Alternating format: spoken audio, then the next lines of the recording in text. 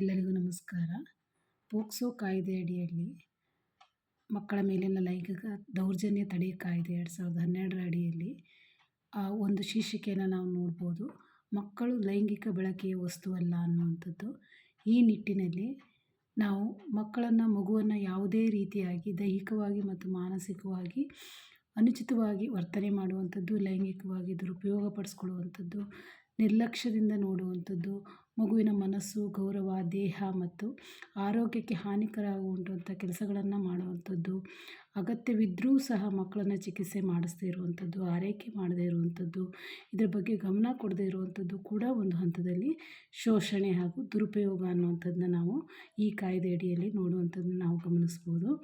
ಮುಖ್ಯವಾಗಿ ನಾವು ನೋಡಬೇಕು ಅಂದರೆ ಲೈಂಗಿಕ ದೌರ್ಜನ್ಯ ಮಗುವಿನ ಮೇಲೆ ಯಾವ್ಯಾವ ರೀತಿ ಆಗುತ್ತೆ ಅನ್ನುವಂಥದ್ದನ್ನ ನೋಡಬೇಕು ಅಂತ ಅಂದರೆ, ಮೊದಲನೇದಾಗಿ ನಾವು ಬೈಗುಳ, ಏನು ಬಾಯಿ ಮಾತಿನಲ್ಲಿ ಬೈಗುಳವನ್ನು ಹೇಳುವಂಥದ್ದಿರುತ್ತೆ, ಅದು ಕೂಡ ಅವಾಚ್ಯ ಶಬ್ದಗಳಿಂದ ಬೈಗುಳವನ್ನು ಮಾಡುವಂಥದ್ದು ಕೂಡ ಒಂದು ಹಂತದಲ್ಲಿ ಲೈಂಗಿಕ ದೌರ್ಜನ್ಯ ಅಂತ ಕಂಡುಕೊಳ್ಳುತ್ತೆ. ಜೊತೆಗೆ ಮಕ್ಕಳನ್ನು ಅನಾವಶ್ಯಕವಾಗಿ ರೇಗಿಸೋದು, ಉದ್ರೇಕಿಸುವಂಥದ್ದು, ಕೋಪ ಬರುವಂತೆ ಮಾಡುವಂಥದ್ದು, ಇದು ಕೂಡ ಮಗುವಿನ ಮೇಲೆ ಮಾನಸಿಕವಾಗಿ ಲೈಂಗಿಕ ದೌರ್ಜನ್ಯಕ್ಕೆ ಒಳಪಡಿಸುವಂತಹ ಒಂದು ಪ್ರಕ್ರಿಯೆಯಾಗಿರುತ್ತೆ. ಹಾಗೆ ಮಕ್ಕಳಿಗೆ ಮೋಸ ಮಾಡುವಂಥದ್ದು, ಅಂದರೆ ನಂಬಿಸಿ ಮೋಸ ಮಾಡುವಂಥ ಒಂದು ಪ್ರಕ್ರಿಯೆ, ಅದು ವಿವಿಧ ರೀತಿಯಲ್ಲಿರ್ಬೋದು. ಅದನ್ನು ಕೂಡ ನಾವು ಲೈಂಗಿಕ ದೌರ್ಜನ್ಯದ ಒಂದು ಪ್ರಕ್ರಿಯೆ ಅಂತ ಹೇಳಿ ನಾವು ಹೇಳ್ಬೋದು. ಹಾಗೆ ಮಕ್ಕಳ ಅಸ್ವಸ್ಥತೆಯನ್ನು ಕುಗ್ಗಿಸುವಂತೆ ಅಥವಾ ಸ್ಥೈರ್ಯವನ್ನು ಕುಗ್ಗಿಸುವಂತಹ ಮಾತುಗಳನ್ನು ಆಡುವಂಥದ್ದು. ಆ ಮಗು ಇದು ಯಾವ ಹಂತಕ್ಕೆ ಬೇಕಾದರೂ ಹೋಗ್ಬೋದು. ಆ ಮಗುವಿನ ಆತ್ಮಸ್ಥೈರ್ಯವನ್ನು ಕುಗ್ಗಿಸಿದ ಹಂತದಲ್ಲಿ ಯಾವ ಹಂತಕ್ಕೆ ಬೇಕಾದರೂ ಹೋಗುವಂಥ ಸನ್ನಿವೇಶಗಳಿರುತ್ತೆ. ಸೊ ಇದು ಕೂಡ ಒಂದು ಹಂತದಲ್ಲಿ ಮಗುವಿನ ಮೇಲೆ ಆಗುವಂಥ ಲೈಂಗಿಕ ದೌರ್ಜನ್ಯ ಅಂಥೇಳಿ ಒಂದು ಹಂತದಲ್ಲಿ ನಾವು ಪರಿಗಣಿಸ್ಬೋದು. ಹಾಗೆ ವಯಸ್ಕ ಯಾವುದೇ ಕೋಪ, ಬೇಸರವನ್ನು ಮಗುವಿನ ಮೇಲೆ ಹೊಡೆಯುವುದ್ರ ಮುಖಾಂತರ ತೀರಿಸ್ಕೊಳ್ಳೋದು ಕೂಡ ಮಗುವಿನ ಮೇಲೆ ದೈಹಿಕ ಹಿಂಸೆಯನ್ನು ಮಾಡಿದಂತಹ ಒಂದು ದೌರ್ಜನ್ಯಕ್ಕೆ ನಾವು ಅಥವಾ ಶೋಷಣೆಯನ್ನು ನಾವಿಲ್ಲಿ ಗಮನಿಸ್ಬೋದು.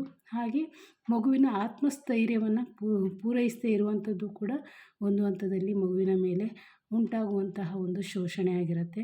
ಹಾಗೆ ಸಂಪೂರ್ಣವಾಗಿ ಮಗುವನ್ನು ನಿರ್ಲಕ್ಷ್ಯಕ್ಕೆ ಒಳಪಡಿಸುವಂಥದ್ದು ಕೂಡ ಒಂದು ಹಂತದಲ್ಲಿ ದೌರ್ಜನ್ಯಕ್ಕೆ ಒಳಪಡಿಸಿದಂತಹ ಸನ್ನಿವೇಶವನ್ನು ನಾವು ಗಮನಿಸ್ಬೋದು. ಹಾಗೆ ದೈಹಿಕ ಸ್ಪರ್ಶ, ಇದು ತುಂಬ ಮುಖ್ಯವಾಗಿರುತ್ತೆ.